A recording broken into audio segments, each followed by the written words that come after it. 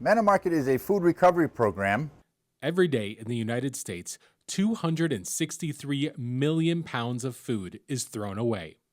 The USDA reports that 27% of all food produced each year never reaches a plate. Some studies have put that number closer to 40%. Yet, 1 out of every 6 Americans experience food insecurity at some point every year. A local man has been working since 2008 to change habits of big box retailers and meet the needs of his neighbors. What we do is we pick up from Lino Lakes Target, Blaine Target, Brooklyn Center Target, the Cub store over here in the Blaine Village, and then we make that food available to whoever wants it. So it's food that back in 2008 when we started the Manna Market program used to get thrown away. In the last 7 years, the Manna Market has grown faster than Forrest could have ever imagined. Every week it serves about 4,000 people. We recover enough food to create about 65,000 meals a week. Yeah, so it's staggering. It boggles my mind till today. It still boggles my mind how the program has grown and grown and grown. Good Shepherd Covenant Church in Blaine has been a Manna Market site for 5 years. The small church, with a weekly congregation of about 60 people, has twice that many volunteers serving the Manna Market guests on Friday nights. We're a small church doing a big thing. We're shrinking. We only worship about 55 to 60 on a Sunday. And I bet over 75% of them are here on Fridays. And then the rest are just people in the community that have said, we want to be part of this. Or people that have received food and now they want to give back.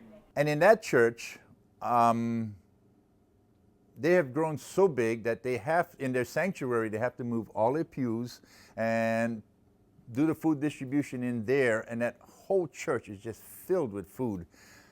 And it choked me up because the dedication and the commitment to serving goes way beyond what I would have ever expected.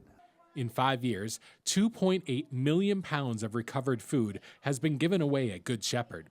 Their average Friday night distribution sees more than 200 households come through the market. We open the doors at 5 o'clock for registration. I usually tell people you don't have to come before that. You don't have to sit out in the parking lot for hours ahead of time because it's done not first come, first serve. We have them, they each get a number when they register, and it's when your number is called. They're all put into a bowl and drawn out. But we still have people that will come 3:30, 4 o'clock, and even wait out in the cold, until the doors open at 5. When they come, they register, but then they can also have a meal. Like I said, we food rescue the schools, so we collect from 5 Anoka Hennepin schools and use that food, turn it around and use it for the meal on Friday nights. And then at 6 o'clock, we start drawing numbers.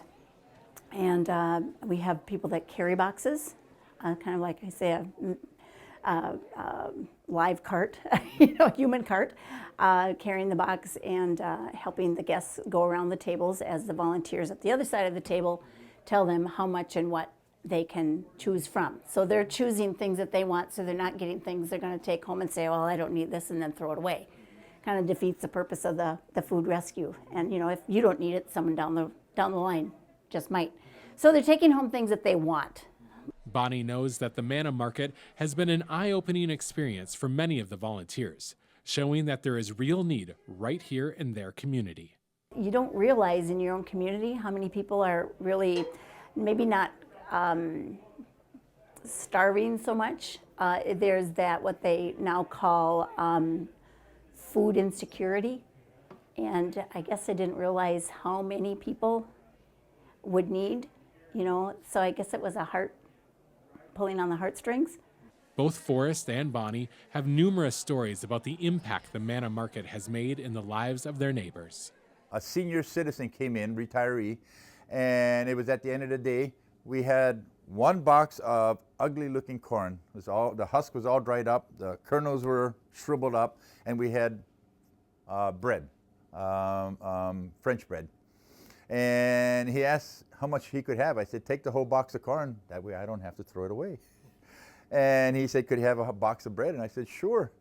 So I helped him carry it home. He only lived a block from here. And he said, this week the wife and I eat bread and corn. And I said, why?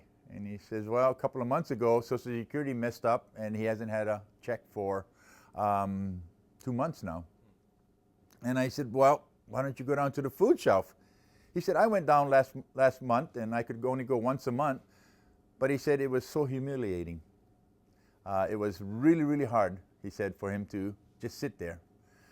And I said, you're a retiree on fixed income. You worked all your life. You shouldn't feel that way. He said, yeah, but I did. And he said, I'll never go back. I'd rather starve. So he said, this week the wife and I eat corn and bread. And he said on Friday, this was Monday, on Friday, I should get all my back Social Security payments and I'll be just fine. And that broke my heart. And when he was done, he was so appreciative. You know, he'd buy a little bit of extra groceries and then bring us some canned goods and that kind of stuff, and, you know, to pass out to the other people. One guy came in, and this was a few years ago, and he didn't realize we were going to serve a meal. And this is where you kind of want to, you know, he said, this is really cool. I didn't know what I was going to feed my kids for dinner tonight. You know, and I just never grew up that way. You know, there was always food in the cupboard and food in the fridge, and not Mother Hubbard went to the cupboard and it was bare. We've had some that say, you know, all I had was a jar of peanut butter. Or one was, all I had was a can of green beans. And you're just like speechless. Just nothing I can fathom. There are still underserved portions of Anoka County. In order to give more people a chance to take advantage of the manna market, Forest will soon be launching a mobile market in addition to the 8 permanent sites. We're targeting rural areas, especially that don't have brick and mortar type food shelf. And so we'll be taking food out to those areas and distributing in churches like in Linwood and areas like that. Forrest is putting no limitations or expectations on the future of the manna market and states that he is open to anything. He never would have thought it would grow like it has, and word is spreading far and wide about its impact. It's amazing that we have been contacted by people literally all over the country. Arkansas, Alabama, California, all over the state of Minnesota, Iowa, Indiana.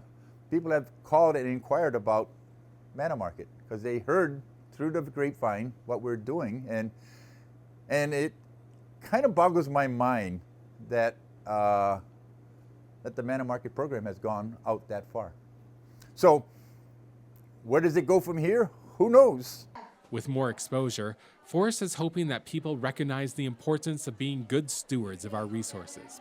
And Bonnie, after 5 years of hosting a manna market, cannot imagine her community without this service. Hopefully, we get to the point where we're not the best kept secret in Anoka County anymore. How do you not have something like this available to people? For North Metro TV News, Ben Hale reporting.